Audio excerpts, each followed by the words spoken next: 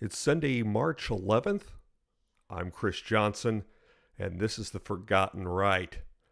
On tonight's episode, we're going to talk about, is it the guns or is it the criminals that are causing all these crimes with guns across the United States, with some statistics to back things up. And lastly, we're going to talk about Trump and his tariffs. Let's go ahead and jump right on in. If you'd like to read this article, you can check out our website, forgottenright.com, and click on, is it the guns or is it the criminals' fault? If you check it out, we're talking about Chicago versus Utah and the issues with crime in both areas. Now, Utah has about 1 million more people that live there than in the city of Chicago. But the difference is last year in the state of Utah, they had 68 murders for the entire year for 2017. This year so far in the city of Chicago, as of yesterday, 90 murders, 326 people shot or wounded, to make a total shot 401. 401 people have been shot in the city of Chicago with the toughest gun laws in the United States. And they're the same, a little bit of technical difficulties, but they're the same politicians that are crying in the streets for the murder victims are crying for more gun control laws.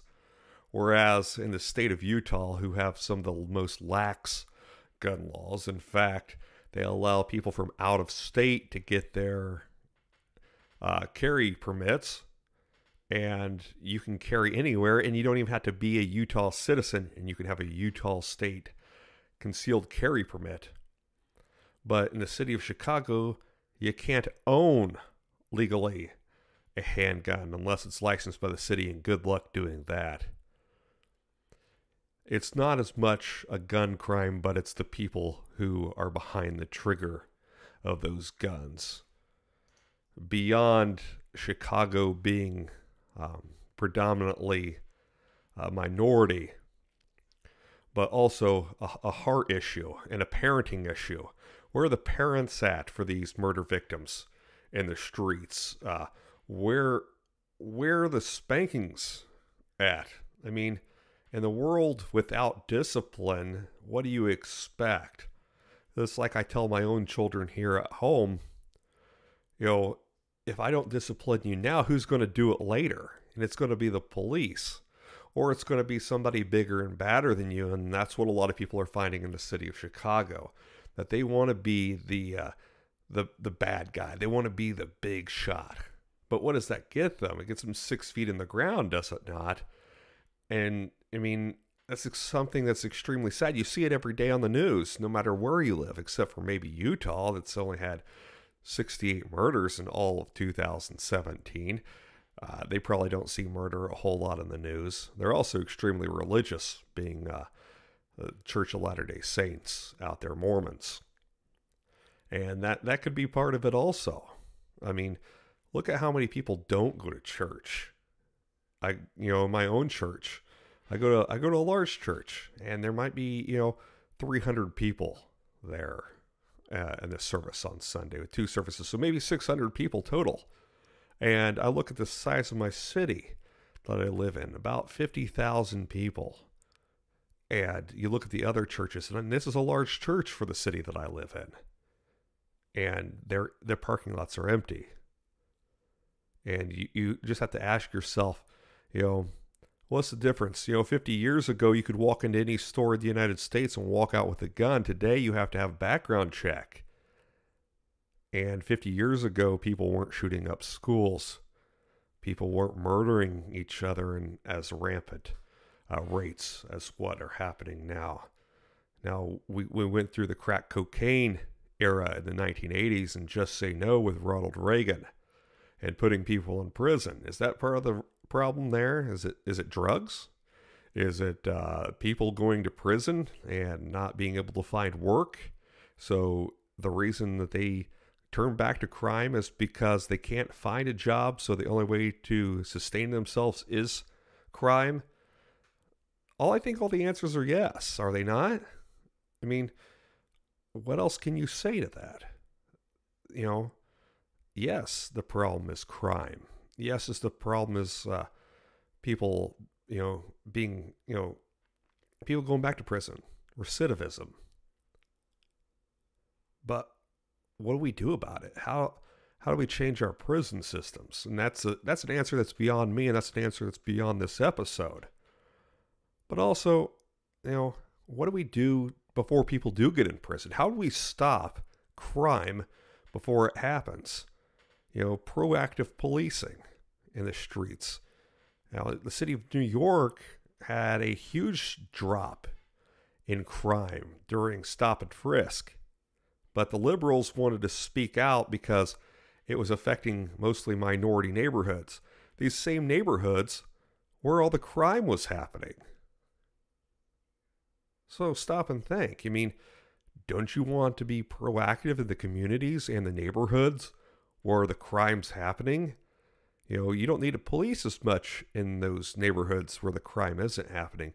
It's unfortunate that the crime, I guess, doesn't happen in non-minority, the white neighborhoods. I don't know what else to say, and I understand that the minority neighborhoods are predominantly less affluent than the white neighborhoods. But we need to keep those citizens safe also, do we not?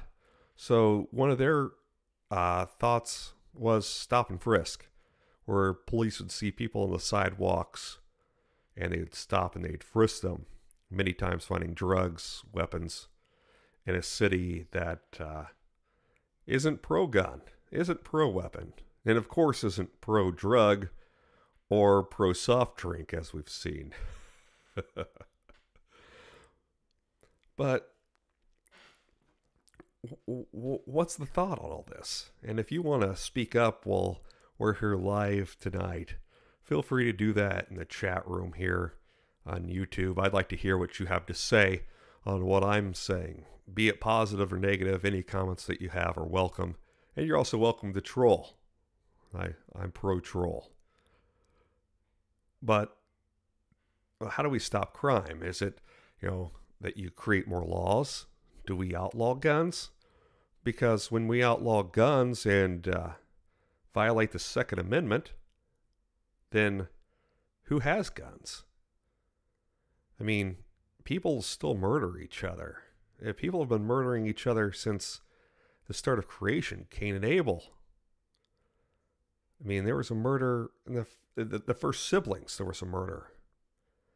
So before there was 5 people on earth, there was a murder. It's a people problem. It's a heart problem. And it's a problem that we need to talk to our kids. You need to discipline your kids. You need to teach your kids the word no. You can't always get your way. Doing the right thing is the right thing. It is.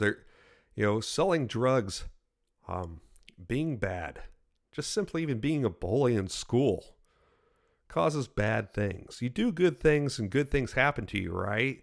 That's what we've always heard. And it's not always true, but in the most part, it is true. And we have to stop and we have to teach our kids that, be a good boy, be a good girl. No, you can't have that. And it's all right. It's all right to tell your kids no. And it's all right to spank your kids and discipline your kids. Sometimes a timeout sitting in the corner just doesn't work. And your kids don't need to be the boss of you. Take control of the situation so that in the future, somebody else doesn't take control, so that your kids aren't in prison, so that they aren't shot. And I think that this would change a lot of things. And I think that everybody out there could agree with me on this. But how do you get that through to people? When you're receiving food stamps, when everything's handed to you, when you don't have to work for things, and you're always told yes. Sometimes you need to be told no, and it's all right. But some statistics I want to point out to everybody here. If you haven't checked out this website, make sure that you go and check it out after the end of the show. I have a link on the website in the story that I brought up to begin the show. Is it the gun's fault or is it the criminal's fault? Chicago versus Utah. Check it out on ForgottenRight.com. But here, if you haven't seen this website yet, make sure you go and check this out. I use some statistics from this in the article, heyjackass.com. And their slogan is illustrating Chicago values. And it goes through all the different shootings, the neighborhoods that everything happens in. A person is shot every 4 hours and 3 minutes in the city of Chicago. 4 hours and 3 minutes between shootings. It's more dangerous on the streets of Chicago in these neighborhoods over here on the right-hand side that are red and orange, and especially this neighborhood right here, the maroon. I don't think I'd want to live there. Let's enlarge that and take a look. Austin, neighborhood of Chicago. 10 plus murders and shootings there. How humbling and sad. But it's more dangerous is what I was trying to get to. The city of Chicago than it is in the streets of Iraq. It's safer to be in the military if you're from Chicago fighting for your country than it is walking down the streets of your own neighborhood in some of these neighborhoods. And every 17 hours and 37 minutes, somebody's murdered. Somebody dies from shootings in the city of Chicago. The city with the strictest gun laws in the United States. Let's say that again. The city with the strictest gun laws in the United States is the most dangerous city in the United States. And how do you answer that? Sometimes I think that you need to fight fire with fire, right? Sometimes you need to maybe try something that's different.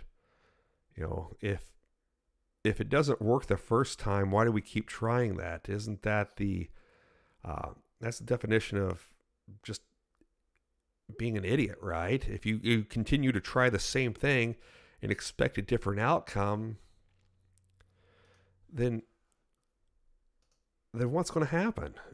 Any logical person's going to tell you if you do the same thing and you had this outcome before, you can expect a similar or the exact same outcome.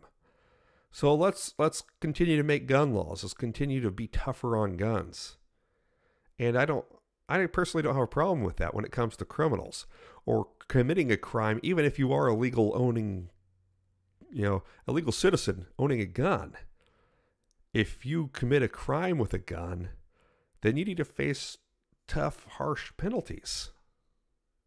Right?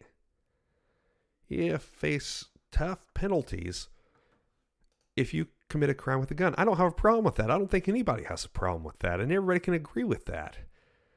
But, again, you can't be slapping people's hands, put them in prison for 5 years after you murder somebody, 5, 10, 20 years in prison for murdering somebody, and expect when they get out with a felony to be able to go and find a job. What do you have to turn to? And that's turning back to crime.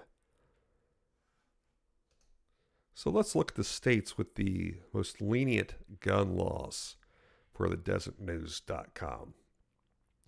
Number 1, and these are all from the Brady campaign, the people who are extremely adamant against the Second Amendment. And I also have the link to this website in the article. So number 1 is Utah. Number 2 is Alaska.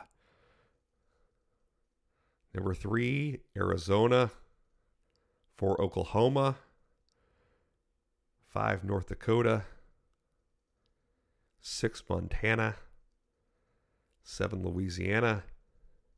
8, Kentucky. 9, Idaho. And 10, the state of Wisconsin. And what do these states all have in common?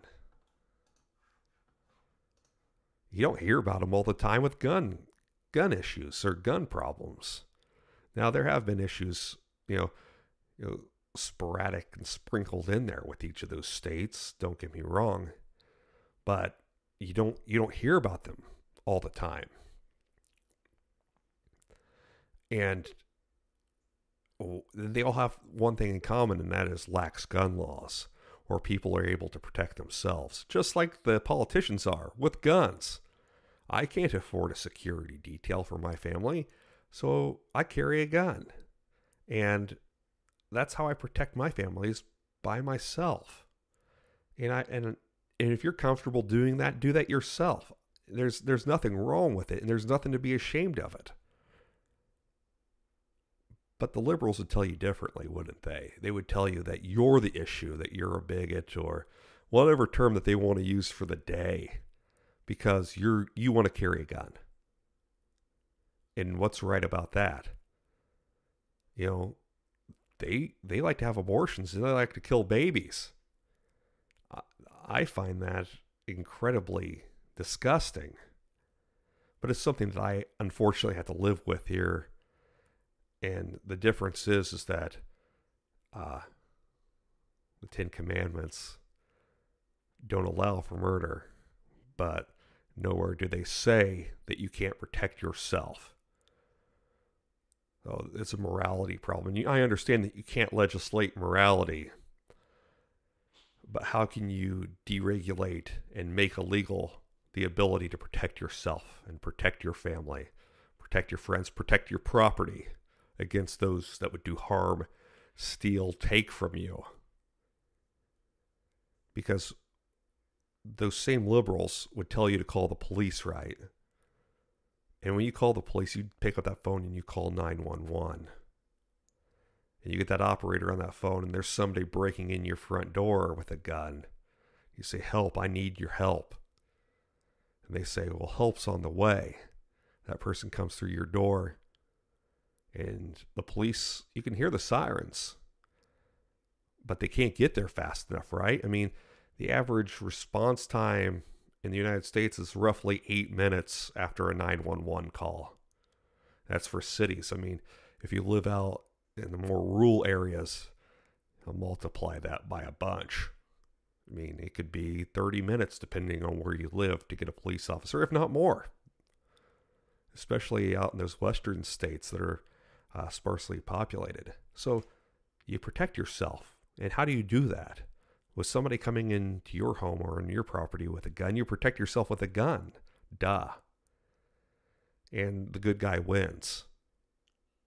There's nothing wrong with the good guy winning. Nothing at all. But they would have it differently. They would have themselves, these politicians on the left would have themselves protected by a gun, have themselves protected by the U.S. Capitol Police, Secret Service, whomever it may be. And those people carry a gun, but they would tell you that you can't protect your own family. And what brings all this up for me is here this last week, where I live, here in central Indiana, we had a police officer that was murdered in the line of duty. And this always kind of comes close to home for me. I was a fireman. And anytime I see a public servant murdered for no reason other than the justification that the assailant gave the courts that he killed this Deputy Pickett in Boone County, Indiana, was that he didn't want to be bit by Deputy Pickett's canine dog. So rather than be bit by a dog, he shot and killed this officer. All this transpired because there was a warrant service in a home, and this person whose name I'm not going to put out there because you can find it anywhere on the internet, and I don't want to give him any more publicity that he's already had, thought it, in his mind, whatever excuse he has, thought it was right to kill a police officer. I understand a police officer is just another person out doing their job right, but their job is to protect us. Even if they are 5 minutes away, right? They're still going to protect us. They protect the good guy. They are the good guys for the most part.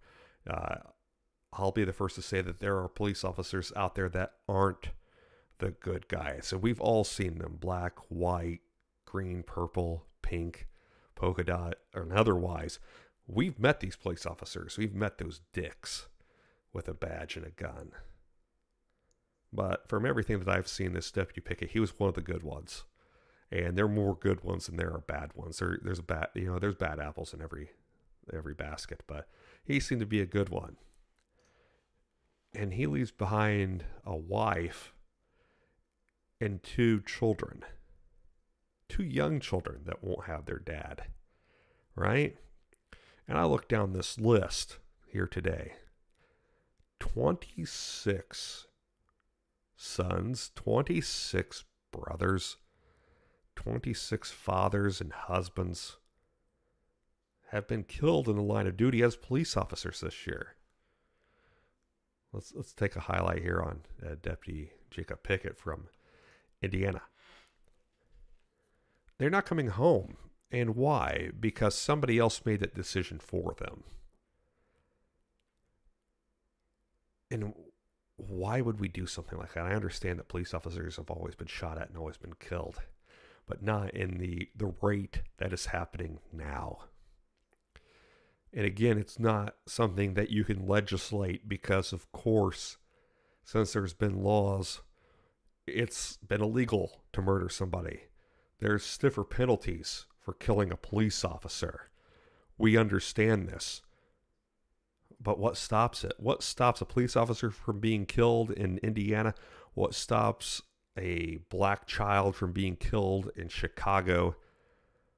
What stops a Hispanic teenager from being killed in the streets of LA? By a gun, by a knife, by somebody's hands, by a car. What stops that? And it all starts with morality. And you can't legislate morality. It starts in the home. Get on your knees and pray. People, let's get back to God. I understand that. I understand that this isn't a religious show, that this is something about politics. But where do you start? And what do you do? And how do you talk about things? Do we blame the video games, the violent video games? I'll be the first to tell you. I play violent video games. I love Grand Theft Auto. I've played it since the very first one came out. And none of my guns have come out of the safe and shot anybody. Not a single one. I've not shot anybody. I've not even wanted to shoot anybody. In fact, I don't want to shoot somebody. And that's part of the reason I have guns, is to protect myself. You know, I don't buy them because I want somebody to break into my house. I buy them because if somebody breaks into my house, I want to protect my family. I don't take them out looking for a fight. And most people, 99.9% of all gun owners don't go looking for a fight. It's probably even higher than that. Had some 9s to that point on the end of 99. But it's those people who would use a gun for all the wrong reasons that make us have to fight for the Second Amendment. And, you know, you hear the NRA's name being brought up all the time. Is NRA the right organization to be a member of? I don't know. I can't answer that. I believe that they do fight for our rights. I think that they fight for the Second Amendment because who pays their dues to the NRA? National Rifle Association. Rifle, pistol, gun owners in general. I don't foresee a bleeding heart liberal paying their $40 NRA dues each year or becoming a lifetime member of the NRA. So I would think that the NRA would at least protect their base and protect gun owners. It's in their best interest. So they're going to protect us. I'm a member of the NRA. I don't have a problem with it. And I don't have a problem with people speaking up against the NRA. I'm not the biggest advocate of it. I'm a bigger advocate of the Second Amendment. And an even larger advocate of the First Amendment. Being able to speak up.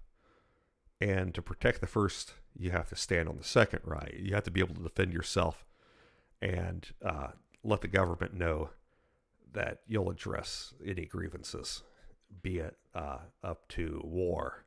We've had a civil war before because people wanted to address grievances. It wasn't all about slavery. And things did change because of that. And luckily, there isn't slavery here anymore. But, and I don't disagree that things do need to change. But, everybody wants to talk about diversity. Diversity is a great thing. Everybody's unique, right?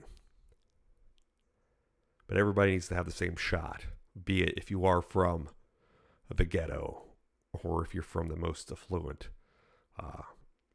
neighborhoods. And how do we do that? I don't know. I don't think we do it through welfare. I think we give people a good shot at education. And education doesn't always mean going to college, as I've learned. I'm college educated, and I work with tons of people in my full-time job that aren't college educated. And something I found all along the lines, if you're better with your hands, go into the trades. There's nothing wrong with doing the trades, right?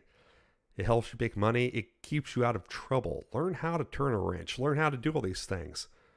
And a lot of these kids don't have that opportunity because they don't have a father in their life to talk to them about how to stay out of things. A lot of these kids that get into trouble, a lot of these kids that are shooting up schools or being murdered in the streets don't have a father figure in their life because the mother can make more money being a single mother getting welfare than what you would if you had a father figure in your life. So is welfare the issue? Is crime the issue? Are prisons the issue? Are guns the issue? Yes and no. They're all the issue and they're all not the issue. The issue all comes down to parenting and knowing what's right and wrong. Because it's never right to hurt somebody and it's never all right to kill somebody. So with that said, take care of your kids, teaching them what's right and wrong. Teach them gun safety. And teach them to fear God. Because if you do those few things, I can't promise you that you won't ever have problems with your child. But what I can promise you is that the statistics are better for you and your child. So let's move on. Just days after Donald Trump, and this is coming from CNN Politics, so we all have to take this with a grain of salt, right? It's fake news, as the Donald would say. But Trump, it's the European Union days after imposing new tariffs. He's imposed tariffs on steel and aluminum. These countries over in the European Union countries are wanting leniency. The problem is that they want us to give them all. They want us to give them fair trade and allow their items to be brought into the United States without tariffs. But they want to tariff our items. They want their people to be the best. They want to make Hungary great again. And it's great that we finally have a president that will step up and do these things for us, that will step up and fight for the United States, will do the right thing. I can't say that I agree with everything that Donald Trump has done, but this is one thing that I think that we can all stand behind. Bringing jobs back to America. The tax cut that, especially here in Indiana and across the Midwest, you're seeing commercials talking about how the tax cut is breaking into Medicare and Medicaid. That's something that the liberals always want to bring up whenever there's something that they don't like. It's cleaner than calling you a bigot or a racist. You're attacking grandma's Medicare. You're attacking grandpa's Medicaid. You're going to take their Social Security from them. Well, it's already causing extreme amounts of debt. Duh. We know this. It's something that I'm personally paying for as a middle-aged blue-collar worker. I pay for it every 2 weeks out of my check. A little over 30% goes to tax before I even get to see anything. Before I get to pay for my health insurance, which is skyrocketed because of Obamacare, I get to pay 30% of what I made to the government, to the state, and to the federal government. I find it, you guys that live in the states without state income tax, I think you got it good. But we do need to make America great again. I mean, look at any town USA. My wife and I talk about this quite a bit. You can go anywhere, be it Indiana, be it Illinois, Arizona, Utah, go out east, Vermont, Maine, any town USA. They all used to have a big factory, didn't they? They all used to make good money. And now today, that factory is either abandoned or it's a grass lot. And the town talks about it, and they relish those memories of that big factory that was always there. But everything's abandoned. All the storefronts are abandoned. And if they're not abandoned, it's a liquor store. It's a dollar store. There's no big, there's no anchors there anymore. The mall's out of business. But we can remember the factory. We remember back in 1985 when people made $40 an hour putting a screw into a hole. That was great. And I get it. I get that you can't make $40 an hour putting a screw into a hole. That's unattainable. That's, any company cannot keep that going. Duh. But when you sell, talking about putting screws into a hole, look at the auto manufacturers. I don't know many people who can go out and just drop the money it costs for a new car. I had a buddy give me a call yesterday, and he was telling me he was looking at a new truck.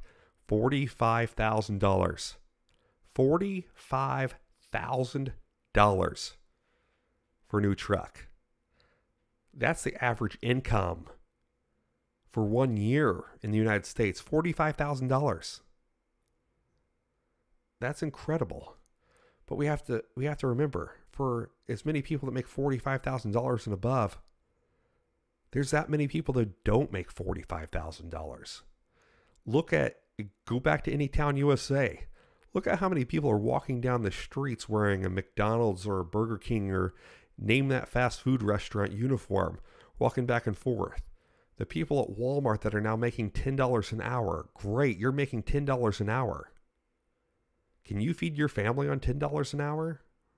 For 40 hours a week? $400 a week. Can you feed your family, pay rent, pay utilities? Well, and that is after you have 30% tax taken out. Can you do all those things? Personally, I couldn't do it. Even if I ate the cheapest food, and I don't like to eat cheap food. That's why I thank God that I have a decent job. But you can't take care of your family for $10 an hour. But back in the early 90s, I remember going into Walmart when it first opened in the little town that I grew up in. And in every shopping cart, there was a bumper sticker. And on that bumper sticker said, I like to shop at Walmart because they sell American. Because they sell American. And I challenge you, ask my audience, go into any Walmart in the United States and, just take a rough look. Look at the items that are there. And how many of those are made in America? I would say it's less than 5%. If it's not less than that. A lot of the food items aren't even made in America anymore. A lot of the meat is brought in. Produce, apples and strawberries and blueberries aren't even grown in America.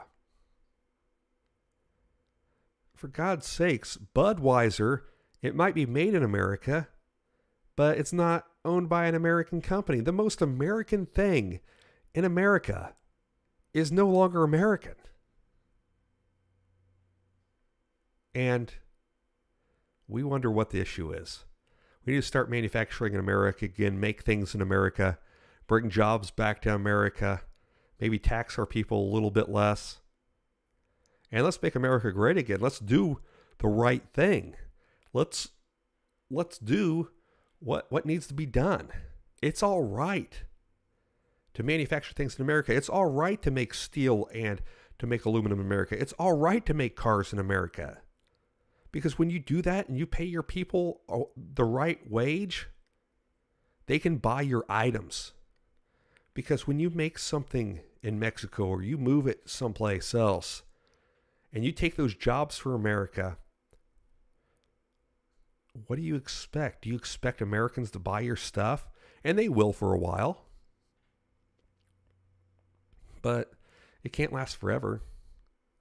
Not when half the population makes less than $45,000 a year and you're selling cars for $45,000 a piece.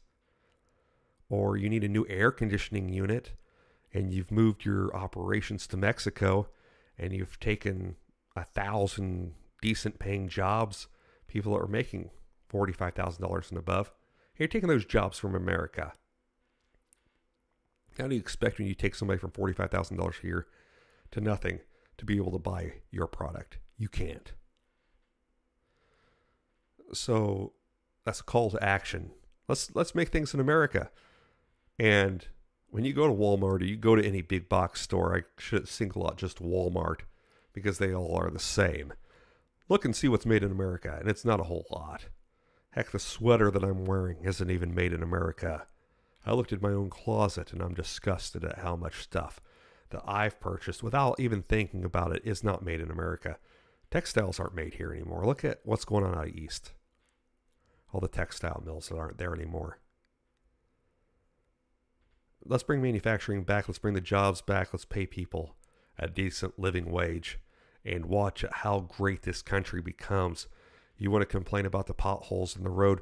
Well, let's create the revenue streams for the cities to fill those potholes. Heck, let's not fill potholes. Let's pave the roads. And to create a tax base, we need to have jobs. You can't just tax properties. And you can't tax the people who do have a decent job to death because then they can't afford anything themselves. And it makes it harder for you to even go to work. I understand that. So let's bring the jobs back. And thank you, Donald Trump, for at least this one small action in doing that. I would like to hear what your comments are. I'd like to hear what you have to say.